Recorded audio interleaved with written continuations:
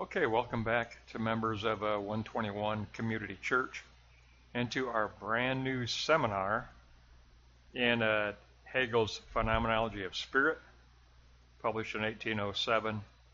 We are going to actually go through the most famous work of Christian philosophy ever written, and it is the most difficult to comprehend out of any philosophy ever written.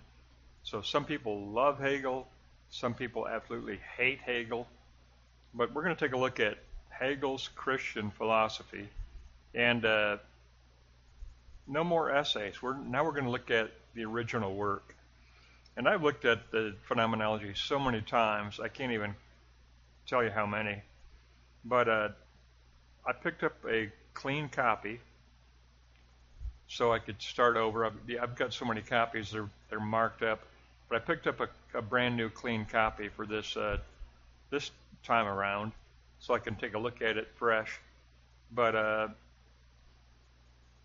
what you want to do, if you want to take on the task of Hegel, at which we will use, you want to get Hegel's Phenomenology of Spirit on Amazon, get it in paperback, and get the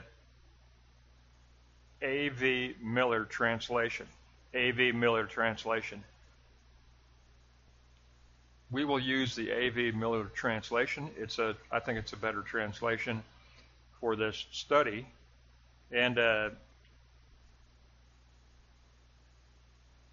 it is a task, okay? I mean, I know the phenomenology. You should look at the summary charts I did on the entire phenomenology and the summary playlist.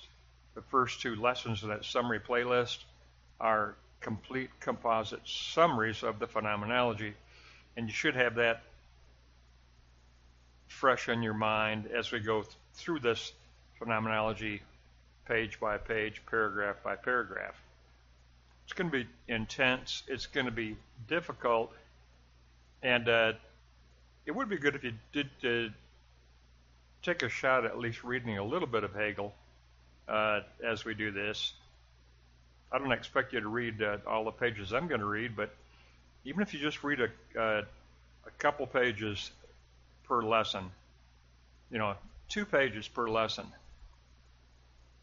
that would be good, because you get a chance to really look at what people are talking about when they say that this is the worst writer in the world, most inaccessible, most confusing logic ever written, and why in the world would we do this to ourselves? Why would we take on this unbelievable task of trying to comprehend Hegel's phenomenology?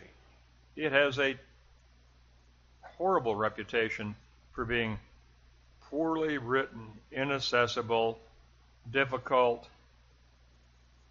convoluted logic, and very, very difficult.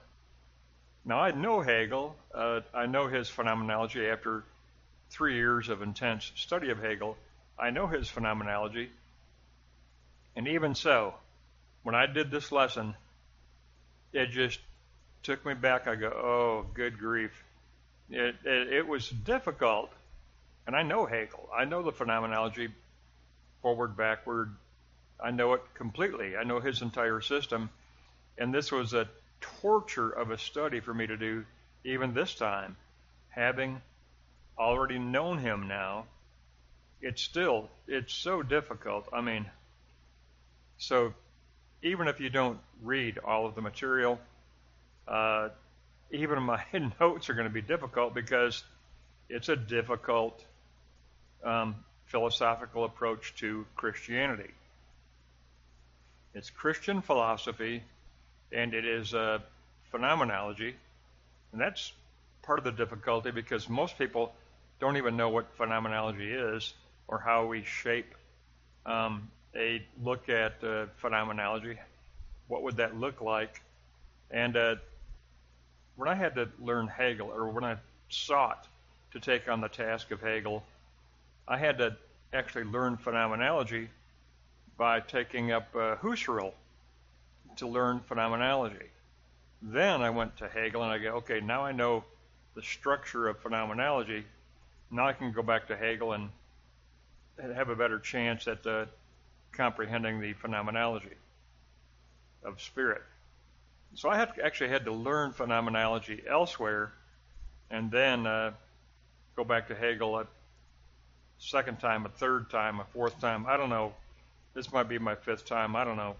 But anyway, I had multiple readings, multiple studies. I had to go through it, of course, for my master's in a Bright Divinity School. I had to go through the philosophy of phenomenology of spirit. But at TCU, I had to go through the Bailey translation, which is more difficult. But we're going to use the Miller translation. That's the one that everybody prefers now. And the paragraphs are numbered in the Miller translation, which is kind of handy if you want to make a reference, and you can get people right to the exact paragraph when you're discussing something, because all the paragraphs are numbered in the A.V. Miller translation. So this first lesson is difficult. It's 20 pages, which was crazy. I don't know why I decided to do 20 pages, because I thought, well, I'll do 20. What the heck? And that was a mistake. It's too many. It's way too many pages to take on when studying the phenomenology. So what we're going to look at, of course, with Hegel is he presents the stages of human consciousness. The whole book is dedicated to looking at how does the thinker think? How does the self develop their different phases of consciousness? And if you remember the summary charts, we went from sense certainty to the process of becoming as negation, to conscience, to perception, to understanding, to self-consciousness, to the realm of positing, to the return of freedom, and then back to step one again. 8 steps we went through in that summary presentation of the phenomenology. And that's what Hegel's doing. He's presenting the progressively developing phases of consciousness for the individual. What are the stages we go through? And we start out with the sense certainty, which is wrong, but Hegel says that's where we begin, so we will begin there in this lesson as well, because I started right at the beginning of his main text, and it began on page 58. So this lesson will cover 58 to 79, 20 pages, which was really too much to take on. After all these years, I'd forgotten how, even though I know his phenomenology, it's a task. It is work. It is a task.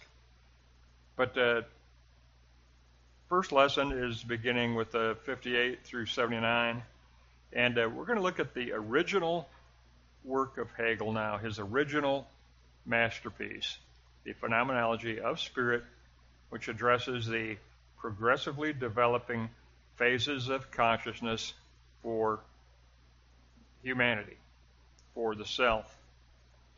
So we're going to begin with block 1, beginning with sense certainty and its logic. Sense certainty is immediate knowledge itself. It's a reception of what is.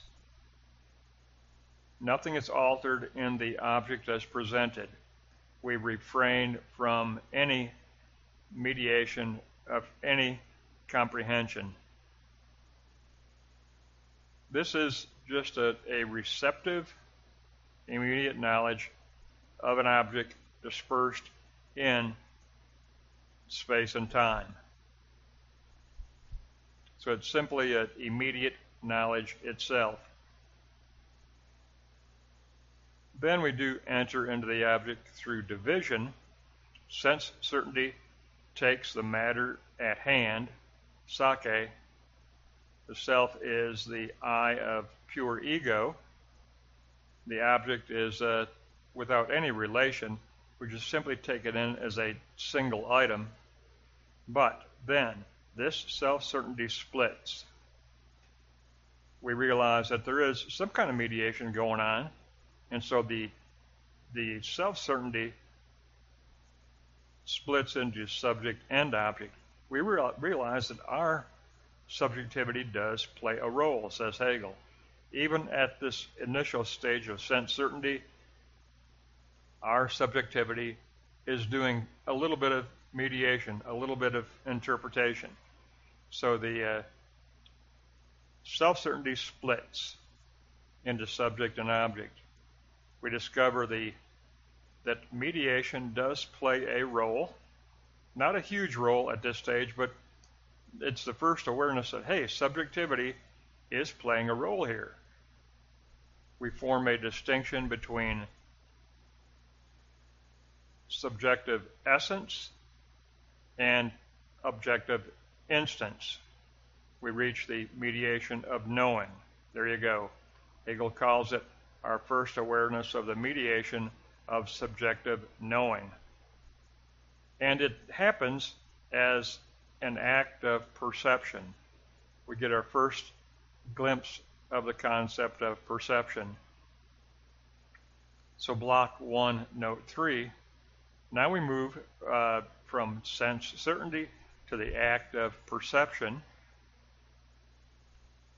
The object is what it is, but it is also what it is not.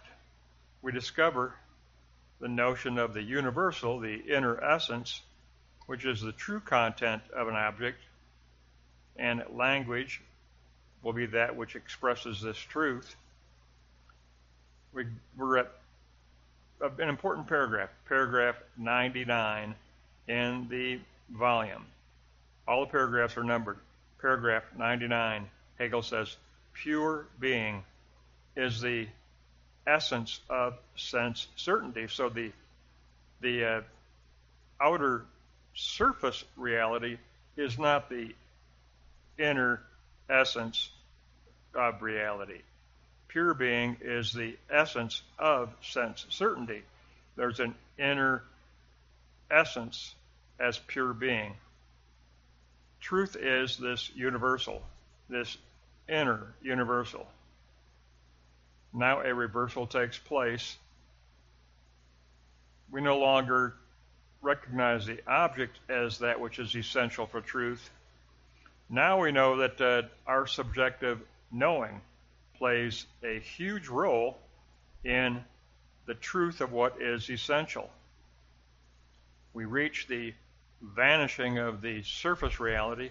We reach the vanishing of the here and now, because now we realize, hey, our subjectivity plays a role in determining truth. Yes, there is a cross of Christ, and the cross of Christ is an objective event of crucifixion, and as an objective event of crucifixion, it is the brutal torture and death of Jesus of Nazareth on a Roman cross. But there is mediation that takes place when we internalize that event in our own subjective consciousness, because we go, wait a minute, for me, Jesus is the Christ. This isn't Jesus of Nazareth, historical figure only. This is Jesus as the Christ, nailed to a Roman cross, tortured and executed on a Roman cross. And also I assign the essence and the significance of salvation to that event. So I give the cross the deeper meaning of a true essence of what it really stands for, the objective event isn't everything. What's essential is the inner meaning of the crucifixion. Just an example I wanted to bring up, but that's what Hegel's talking about here. There's a vanishing of the surface here and now, because now we recognize an inner universal essence. So block 1 has given us the false beginning of sense certainty. We're ready to move on beyond sense certainty now. So block 1 is where we don't want to get stuck. Surface reality is not the true. Surface reality, or sense certainty, is a false beginning. It's a necessary beginning because we have to start there to make progress in developing spiritual consciousness. But now we're ready to move on to something more substantial. Go to block 2. We're ready for something more substantial. Knowing of the essential truth. So this subjective knowing is the essential truth. It's the genuine essence. Knowing. It is with being that we are concerned. Sense certainty has been superseded and overcome. But now we negate the negation and return to a new now of the object. Now the object stands for something else. So Hegel says we negate determinate surface reality, and then we negate the negation as a step of affirming the inner essence. So now we have a brand new object, a new now of the object. The true is recognized as this dialectical movement of negation of the negative. We negate determinate surface reality, and then we negate that negation in order to affirm inner essence. The object becomes reflected back into itself. This is the return for the self. The object becomes absolute plurality. In other words, all differences are united within the object. The object contains its own otherness, its own moment of negation, but it is superseded negation. We reach the now in truth. We reach the now in truth. Block 2, note 2, we take the object as true absolute plurality. The negative moment has been superseded, overcome, and we end up with an abiding, essential, complex object. An abiding, complex object, which is what? Universal essence, universality. Sense certainty transitions through the movement of this dialectic. This is the dialectic of negation and affirmation. The sublation of the surface reality that is not essential in order to affirm the inner essence that is essential. This is called the movement of the dialectic. We must pass through the movement of the dialectic to reach the true, to reach the universal. So block 2, note 3, the truth for consciousness is recognition of this universal experience, the dialectic of unveiling the universal experience, which is filtered through, now here you go, this is Christian philosophy, which is filtered through the secret meaning of eating bread and drinking wine. So that there's a filter through which we interpret our Christian philosophy, and that is the Eucharist. John chapter 6. the bread of life that comes down from heaven, the blood of the new covenant that comes down from heaven. This divine Eucharist is a filter through which Hegel intends to script his Christian philosophy. There is a spiritual mystery through which we recognize as a filter for truth. Phenomena induces us to reflect on the inner noumena. Phenomena is external surface reality. Noumena comes from pneuma, spirit in Greek. The noumena is inner spiritual essence. So the surface phenomena reality induces us to reflect on the inner spiritual noumena reality. Consciousness belongs to this inherent universal that is in all things. All things contain an inherent universal, and guess what? Each person, each individual contains an inherent universal, a latent image of God that needs to be woken up. And that's why Hegel surpasses Immanuel Kant. Kant said, we can't get beyond the phenomenal. We can't get beyond surface phenomena. Hegel said, no, the inherent universal is in every person, and therefore we have a link to the noumena inner essence in all things. We share in that presence of the universal, which is in all things and in all persons. Now, in the person, in the self, it's a latency, it's a image of God that needs to be awakened and stirred to life. But consciousness belongs to this inherent universal itself. The notion of the whole emerges.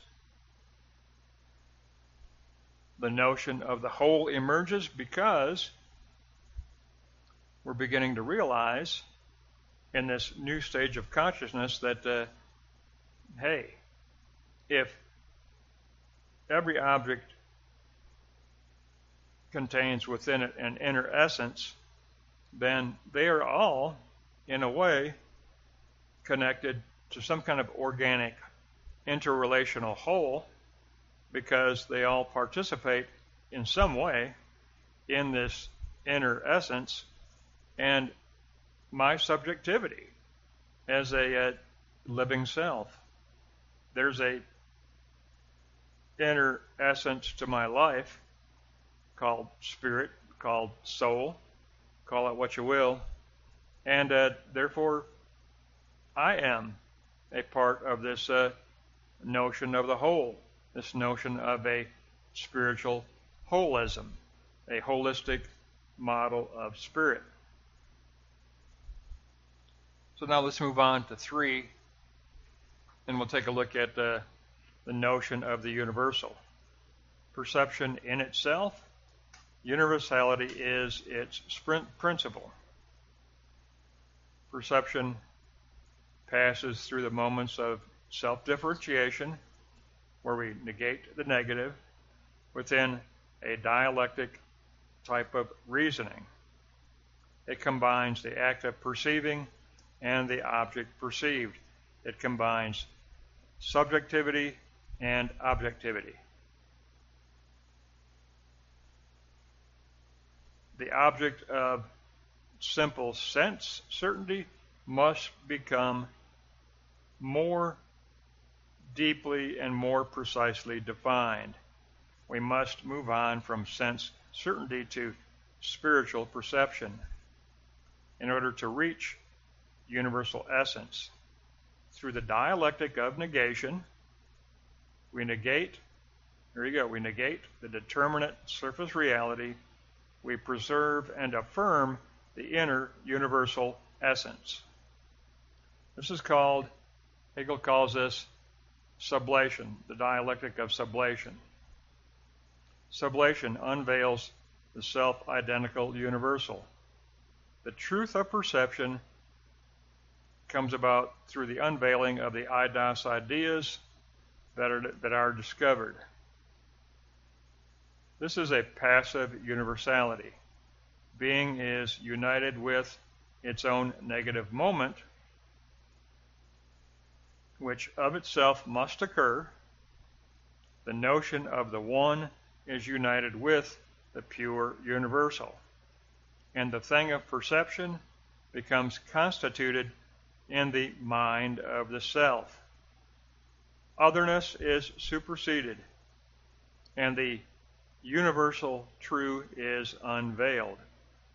We next transition to the return for the self of self-identical truth. When we work through all of this dialectic of negation and then affirmation of inner essence, we're going to share that in dialogue with others, and then out of that dialogue, there's going to be a moment when we return back into the self and refine what we have learned in dialogue. There is a return moment. So block 3, note 3, objective essence must return back into the self as subjective essence. We look for the return of recognition in others. Perception develops as 1, we develop the contradictions contained in an object. 2, through dialectical negation and reasoning. 3, the object presents itself as a pure oneness. 4, but as a transcendence over simple singularity. 5, objective essence is recognized as having a communal type of recognition. And 6, therefore it is the self who posits the internal externality. Our perception of the ideas of the kingdom and how they are interrelated is constructed within the inner subjective self. But we posit that notion of the whole at the edge of externality as a filter through which we will interpret the world, through which we will be involved with other selves. It'll all be done through this objective filter. So what we posit as the true is an internal externality, a hinge moment. The internal and the external become two sides of single positing event. I don't know about you, but I think that's a lot to cover. Boy, that's just huge. I bit off too much in this first lesson. I thought, hey, I know Hegel. I'm going to do 20 pages. That was a mistake, but I'm glad we got this first lesson going, because if you need to, listen to it again and again. Go to the summary charts in that summary playlist. Lesson 1 and 2 were the composite summaries of the Phenomenology. You should review those. And next lesson will not be 20 pages.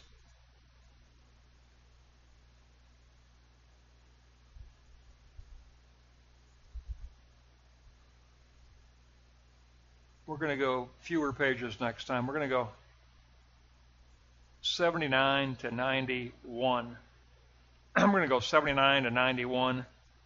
We're going to do like 12 pages next time. So that wraps up 58 70 to 79 on sense, certainty, and reaching the notion of the universal, our first lesson in Hegel's Christian philosophy is